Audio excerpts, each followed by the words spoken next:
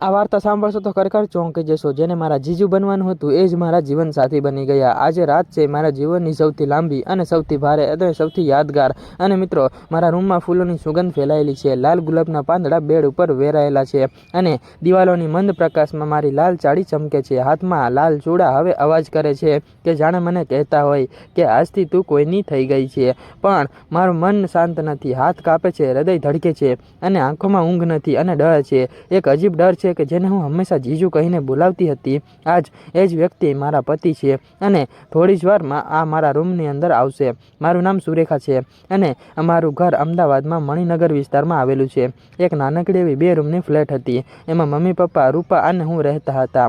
પપ્પા બેંકમાં ક્લાર્કની નોકરી કરે છે, મમ્મી ઘર સંભાળે છે અને થોડોક ટ્યુશન પણ લે છે અને રૂપા M.Com પૂરું કરીને એક પ્રાઇવેટ કંપનીમાં જોબ કરતી હતી અને હું ત્યારે B.Com છેલ્લા વર્ષમાં હતી। અને મિત્રો, અમારા ઘરમાં તો હંમેશા હસવું બોલવું ચાલતું જ રહેતું હતું અને રૂપા મને બહુ જ ચીડવતી, સુરેખા તું તો એકદમ ભોળી છો, કોઈ તને ઉઠાવીને લઈ જશે તો પણ તને ખબર નહીં પડે। ત્યારે હું શરમાઈને હસી પડતી હતી। અમારા ઘરમાં રૂપાના લગ્ન થવાના હતા। વિશાલ સાથે તેની સગાઈ થઈ ગઈ હતી અને વિશાલને પહેલી વાર જ્યારે મેં જોયા ત્યારે મને એવું લાગ્યું હતું કે રૂપા તો ખરેખર નસીબદાર છે અને ઊંચા ગોરા સ્મિતમાં એક અલગ જ મીઠાશ હતી અને વાત કરવાની રીત તો એટલી વિનમ્ર કે કોઈ પણ તેની સાથે આરામથી વાત કરી શકે। અને મિત્રો, ત્યાર પછી સગાઈના દિવસે તો ઘરમાં ધામધૂમ હતી અને રૂપા ત્યારે લાલ લહેંગામાં રાજકુમારી લાગતી હતી। વિશાલ તેને જોઈને મુસ્કુરાતા રહ્યા હતા। હું પણ તેમની પાસે ગઈ અને ત્યાર પછી મેં તેમને ચા આપી। ત્યારે તેઓએ હસીને કહ્યું, થેન્ક યુ સાળજી। અને ત્યારથી તેઓ મારા જીજુ બની ગયા હતા અને તેમની સગાઈ પછી લગ્નની તૈયારીઓ શરૂ થઈ ગઈ। અમે ત્રણે, મમ્મી, રૂપા અને હું મળીને માર્કેટ જતા,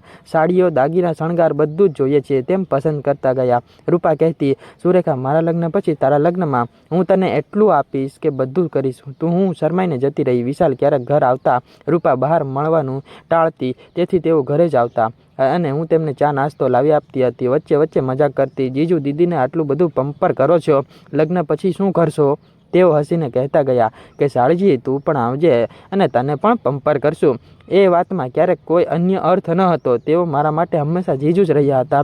લગ્નના દિવસથી સવાર હતી, ઘરમાં શહેનાઈ વાગતી હતી, મહેમાનો આવી રહ્યા હતા અને રૂપા તેમાં રૂમમાં તૈયાર થવાની હતી। હું તેને મદદ કરવા ગઈ। તેનો ચહેરો થોડોક ઉદાસ લાગતો હતો અને મેં પૂછ્યું કે દીદી શું થયું, નર્વસ છો? તેણે હસવાનો પ્રયત્ન કર્યો અને કહ્યું, ના બસ એમ જ। પછી તે બાથરૂમમાં ગઈ અને બહુ જ સમય લગાવ્યો હતો। બારાત આવી ગઈ। વિશાલ તો ઘોડી પર બેઠા હતા, ચારે તરફ નાચગાન અને અચાનક જ મમ્મી દોડતા આવ્યા, સુરેખા, રૂપા ક્યાં છે? હું હસી પડી, મમ્મી તૈયાર થતી હશે। પણ રૂમમાં ગઈ તો રૂમ તો ખાલી હતો। બેડ પર એક ચિઠ્ઠી પડેલી હતી। મેં ચિઠ્ઠી ઉપાડી અને વાંચ્યું। ધીમે ધીમે મારા હાથ કાપવા લાગ્યા।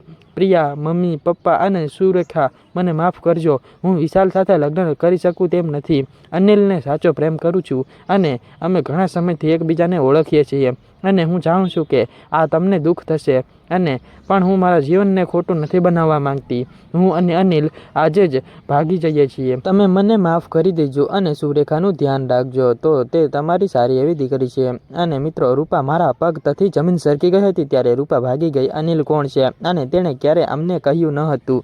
મેં ચિઠ્ઠી મમ્મીને આપી, તેઓ વાંચીને બેસી પડ્યા અને રડવા લાગ્યા હતા। પપ્પા આવ્યા અને ત્યારે તેમણે વાંચી, તેમનો ચહેરો લાલ થઈ ગયો। આ શું કર્યું આ છોકરીએ? આપણી ઇજ્જતનું શું? બહાર રાહ જોઈ રહ્યા છે મહેમાનો અને મહેમાનોમાં ચર્ચા થઈ ગઈ। વિશાલના પરિવારને ખબર પડી। તેઓએ પપ્પાના અંદર આવ્યા અને પૂછ્યું હતું, શું થયું છે? ત્યારે પપ્પા બોલી શક્યા નહીં અને હું રડતી રહી હતી, ઊભી થઈ હતી અને પછી પપ્પા મને એક ખૂણે લઈ ગયા હતા અને લઈ જઈને કહ્યું હતું, સુરેખા બેટા, એક જ વાત છે, તું આ લગ્ન કરીશ વિશાલ સાથે? મારું હૃદય ધડકી ઉઠ્યું। હું અને જીજુ, મારા મનમાં હજારો વિચારો આવ્યા હતા।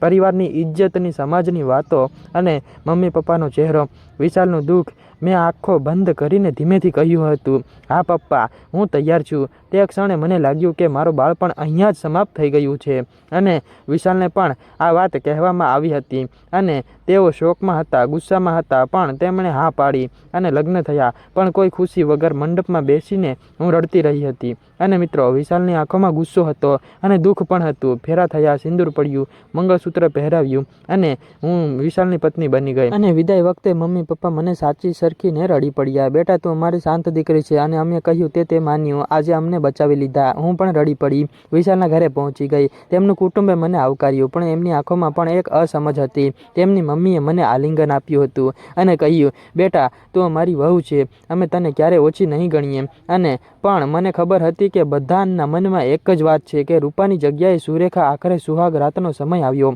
અને હું રૂમમાં એકલી બેઠી હતી. દરવાજા તરફ વારંવાર જોતી હતી કે વિશાલ આવ્યા અને તેમના ચહેરા પર ગુસ્સો સ્પષ્ટ દેખાતો હતો. અને તે બોલ્યા, સુરેખા તું જાણે છે કે આ લગ્ન મારી મરજીથી નથી થયા. રૂપાએ મને દગો આપ્યો અને તું તેની બહેન છે. તેને હું કેવી રીતે વિશ્વાસ કરું? અને તેમના શબ્દો તીખા હતા, જાણે છરીની ધાર મારી હોય. અને હૃદય તૂટી ગયું. પણ હું ચૂપ રહી. મને ખબર હતી કે આ ગુસ્સો મારા પર નથી અને પરિસ્થિતિ પર છે, રૂપા પર છે. તે રાત અમે બંને બેડની બે અલગ અલગ તરફ સૂઈ ગયા હતા. કોઈ વાત નહીં, ફક્ત મૌન અને ભારે વાતાવરણ. સવારે જાગી તો વિશાલની આંખોમાં પસ્તાવો દેખાઈ રહ્યો હતો. તેઓ ધીમેથી કહ્યું હતું, સુરેખા માફ કરજે, રાત્રે મેં ખોટું બોલ્યું. તારી કોઈ ભૂલ નથી. તે તો તારા પરિવારને બચાવ્યો. હું ગુસ્સામાં અંધો થઈ ગયો હતો અને મેં તમને જોયા અને તેમના શબ્દોમાં નિષ્ઠા હતી. મેં હળવેથી કહ્યું, જીજો તમે મને સમય આપો, હું પણ આ બધું સ્વીકારવા પ્રયત્ન કરીશ. તેણે માથું હલાવ્યું. તે દિવસથી ધીમે ધીમે બદલાવ શરૂ થઈ ગયો હતો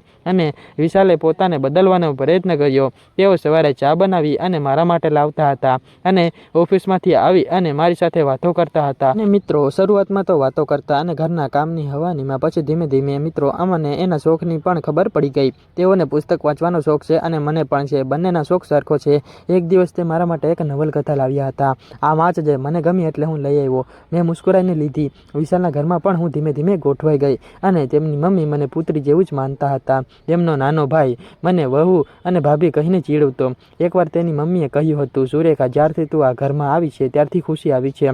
વિશાલ પણ બદલાઈ ગયો છે. મને પણ આનંદ થયો. સમય પસાર થતો ગયો. 1 વર્ષ થયું. અમારા સંબંધમાં વિશ્વાસ વધ્યો હતો અને આદર વધ્યો અને પછી તો પ્રેમ પણ આવ્યો હતો. વિશાલ હવે મારા જીજુ ન હતા, પરંતુ મારા પતિ હતા, મારા જીવનસાથી હતા. એક રાત્રે તેઓએ મને આલિંગનમાં લીધી હતી અને કહ્યું હતું, સુરેખા તે મારું જીવન બચાવ્યું અને હું તને હંમેશા ખુશ રાખીશ. મેં તેની છાતી પર માથું રાખીને કહ્યું હતું, તમે મારા માટે ભગવાનનું વરદાન છો. અને આજે જ્યારે હું પાછું ફરીને જોઉં છું ત્યારે એવું લાગે છે કે જીવનમાં ક્યારેક અણધાર્યા વળાંકો સુંદર સુખ આપી જાય છે. અને રૂપા ક્યાં છે તેની તો ખબર નથી, પણ હું તેને માફ કરી ચૂકી છું અને તેને કારણે જ મને વિશાલ મળ્યા. મિત્રો ગુસ્સામાં લીધેલ નિર્ણય જીવન બદલી શકે છે. સ્ત્રીનો ત્યાગ કમજોરી નથી પણ શક્તિ છે. અને સાચા દિલથી માફી માંગીએ અને બદલાઈને સંબંધને નવું જીવન આપી શકાય છે. તો મિત્રો આ હતી આજની અમારી વાર્તા. તમને બધા લોકોને કેવી લાગી કમેન્ટમાં જરૂરથી જણાવજો. અને આ વાર્તા તમારી સાથે થાય તો તમે શું કરો એ કહેતા જજો કમેન્ટમાં. અને મિત્રો તમને આ વાર્તા પસંદ આવી તો વિડીયોને લાઇક અને ચેનલને સબસ્ક્રાઈબ કરવાનું ભૂલતી ન જતા. ઓકે, સબસ્ક્રાઈબ કરી દેજો, કારણ કે વિડીયો બનાવવામાં મહેનત લાગે છે. ગુજરાતી મિત્રોનો દિલથી ખૂબ ખૂબ ધન્યવાદ વિડીયો જોવા માટે. આ વાર્તા ફક્ત ને ફક્ત કાલ્પનિક છે અને માત્ર મનોરંજન માટે બનાવવામાં આવે છે. કોઈ પણ લોકો ધર્મ કે વસ્તુ વ્યક્તિ સાથે સંબંધ હોતો નથી, એટલે તમારે કોઈ પણ લોકોએ દિલ ઉપર ના લેવું. મનોરંજનના હેતુથી જોજો મિત્રો. ઓકે, કાલે ફરી મળશું આના કરતાં પણ સારી એવી સ્ટોરીમાં.